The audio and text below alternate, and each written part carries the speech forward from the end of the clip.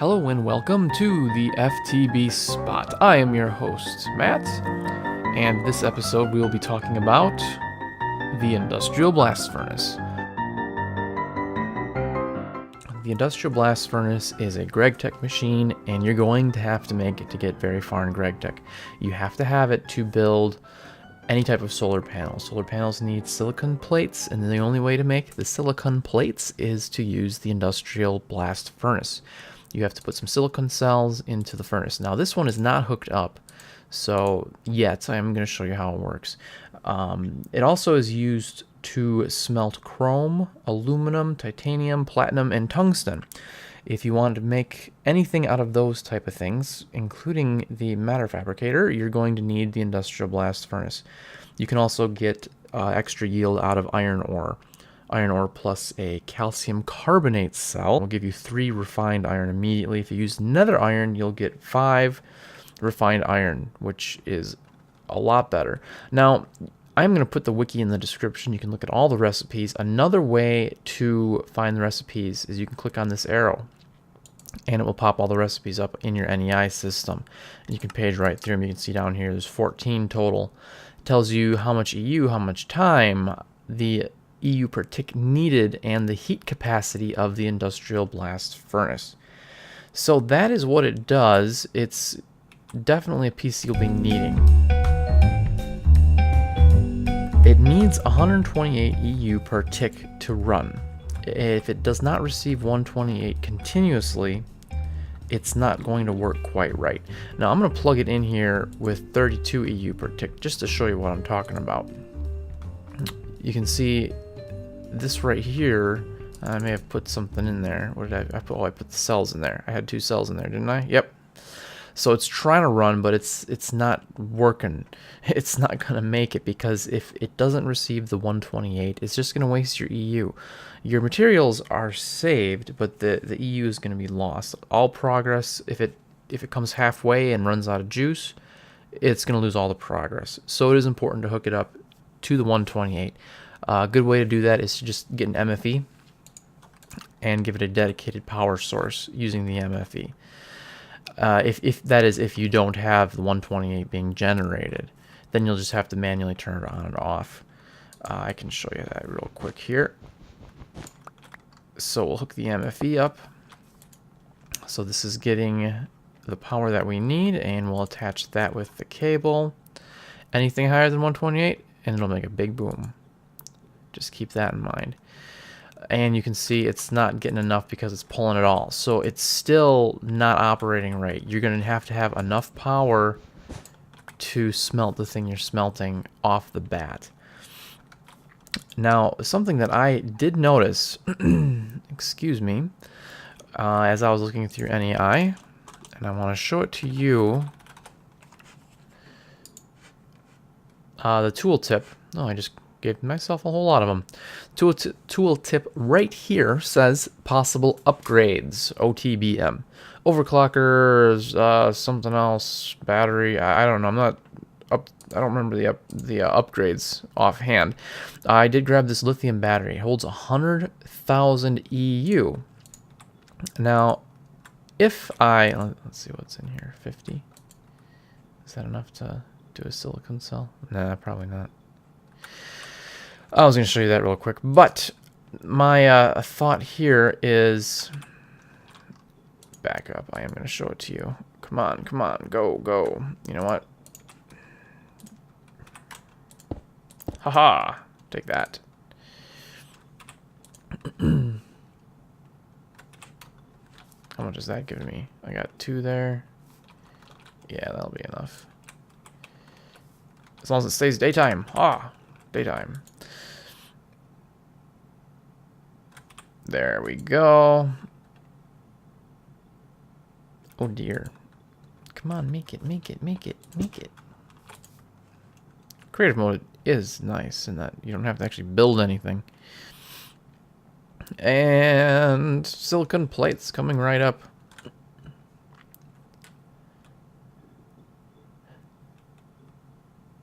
Oh, no, really? All right, ran out of juice just at the last minute. All right, So what I was going to show you here is if you're hooking it up to 32, let's knock this out. Boom. No. Oh, okay. Very good. All right. I did that to remove the cells from in there because it sucks them in, even though it wasn't showing there. Okay, so right now it's charging its internal battery system. If I take this lithium battery upgrade and I right click on the machine, it now upgraded. It can hold up to 100,000 EU inside the machine itself. And that's what this says right here, adds 100,000 EU. Now looking at the recipes, an iron ore only needs 12,800, so it'd be able to do that just fine. This only needs 64. That needs 256, so you wouldn't have enough to do that. You also need to worry about the heat capacity here. The silicon cell plate, 128,000, and you have at least 100,000 being stored in there already. So I do believe if you wait long enough for that 100,000 to store up, we'll come back to that in a little bit, and we'll just see if you can actually run this thing off of 128 using the lithium upgrade.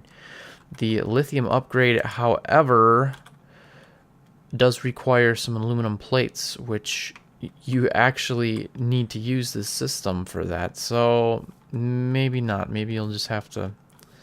I haven't actually tried it myself to see if I can get by with it. Maybe using the other upgrade, but that only adds 10. Yeah, I don't think so. Okay, enough time on that. Moving on.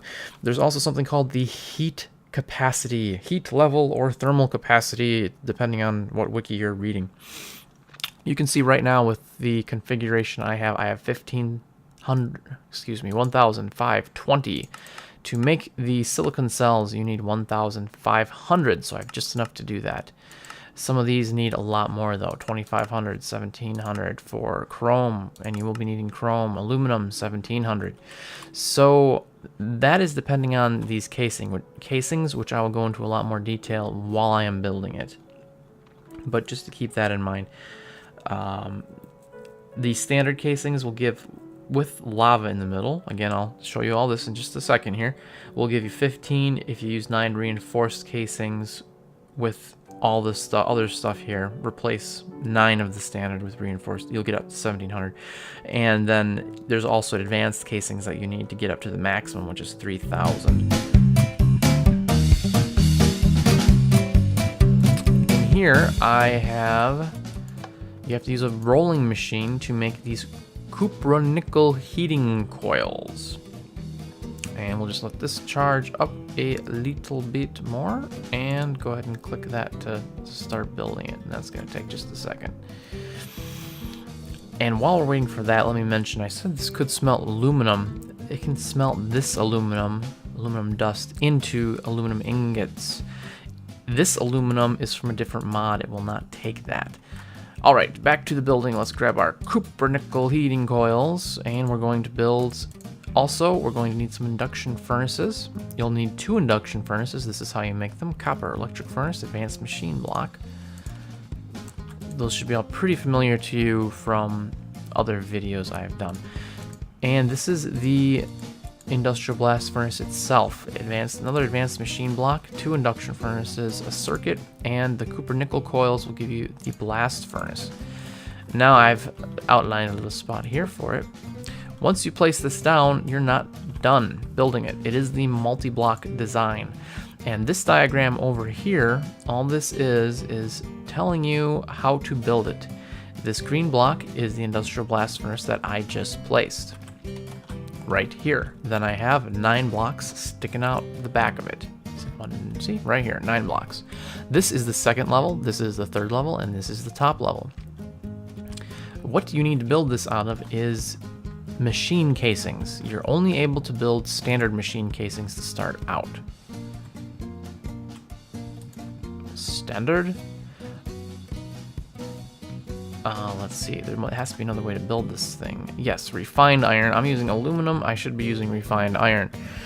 You will have to use refined iron plates because you can't smelt the aluminum until you get your blast furnace. So you have to build them out of the refined iron plates. Little oversight on my part. You'd put refined iron plates, sort of like a circuit, machine block instead of refined iron, circuits instead of redstone and these plates instead of the wire. Again, use refined iron for the first time. You get 4 for every set of those that you make. Now we're going to run over here and build up our machine blocks.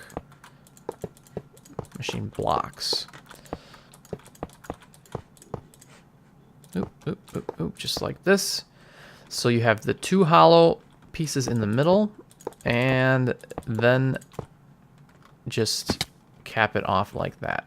Now when we look inside, we're only at 1020, and you need 15 to actually start doing anything. Why is that?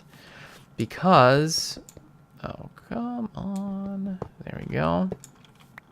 In this hollow center, you can see there's a little red spot there, and that is for lava. Adding a block of lava will give you 250 extra heat. So you want to place 2 blocks of lava inside this thing when you're building it, and that gives you 500 extra heat capacity. So you're up to the 1500. You need to start making the other items here. Now, the next step that you're going to want to do is to be able to smelt aluminum.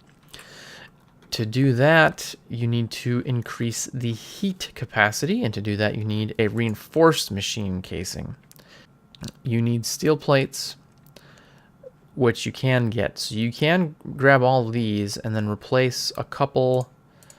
It was replace 9 of these standard casings, and it doesn't matter which ones.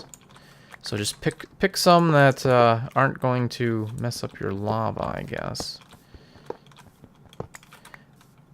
And we'll show you real quick. Replacing those is raising. All right, that was great. My heat capacity is already higher from just those few that I have replaced.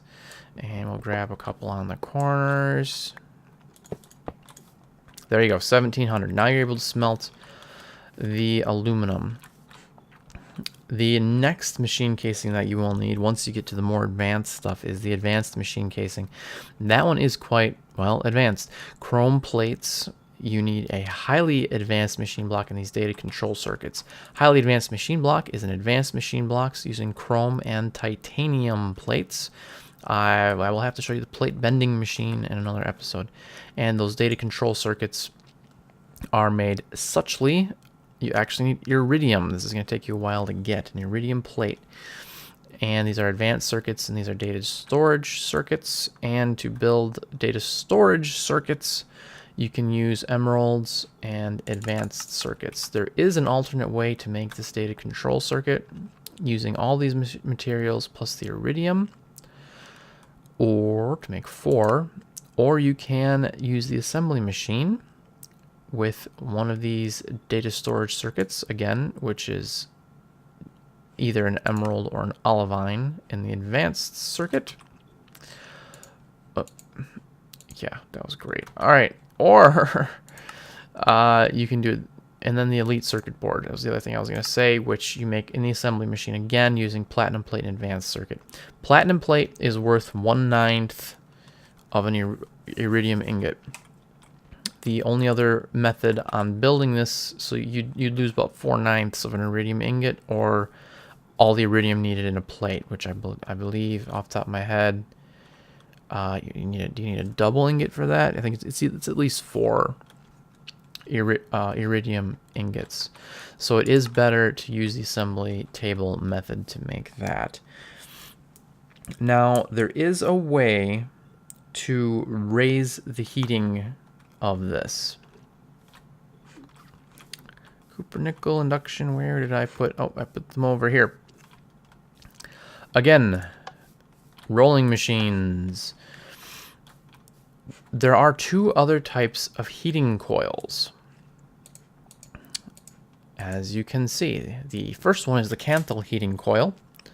Aluminum ingots, chrome ingots, so you do need to have at least be upgraded to the reinforced casings at this point to be able to smelt these, and your refined iron.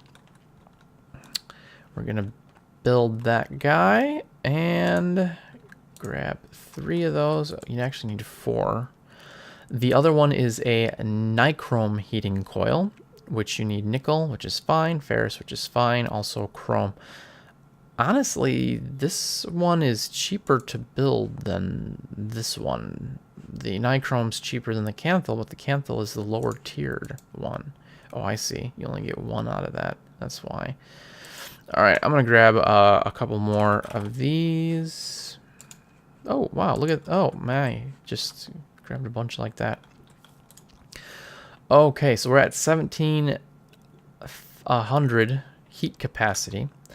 Now, if you have to illustrate, you only need 4 of these.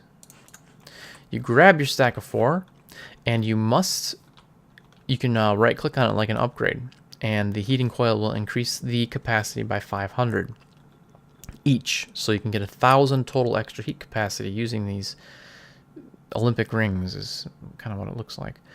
So the only thing to know here is that you must use the Cantle first, not the Nichrome. I'm going to go ahead and right-click, and I just open up the system here. Shift right-click, nope, nothing. If you put the Cantle in, and again, we're at 17, Cantle first, you just right-click, and it dumps it in. Now we're at 22, added 500. Then you can put the Nichrome in, and we're at 27, so added again another 500. So that's another way to raise the heat of these things rather quickly if you have the materials to do it. I do recommend doing that. So this then has been the Industrial Blast Furnace tutorial, and I'm going to run back here and check our little experiment. Putting 2 of these in there. Come on, go, go, go. So hopefully this will be enough. It's going to be sucking, I mean, it's going to need more than the 100,000 that the battery said, but it's also pumping in 32 per tick. And if this doesn't work, I would say we'll try adding another battery to it and see if that'll work.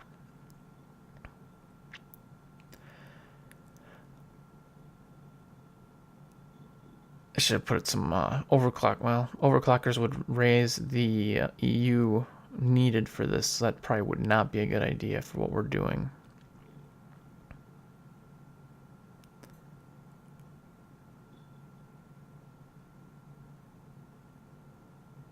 There you have it. So you can run this off of 32 EU per tick if you have correct upgrades. That can lead to some interesting scenarios, some interesting setups. Gives you a little more flexibility, and again, silicon plate from my previous video, you know you need for solar panels. Thanks for watching the FTB spot. This has been the Industrial Blast Furnace tutorial. We will be having some more tutorials soon. I've been trying to get a new setup, a new schedule, try to find new times when I'm able to record. Hopefully we'll be getting these out a bit more frequently than they have been. Thank you all for watching. Please subscribe and like if you feel this video was worth your time. Thanks a lot. Bye.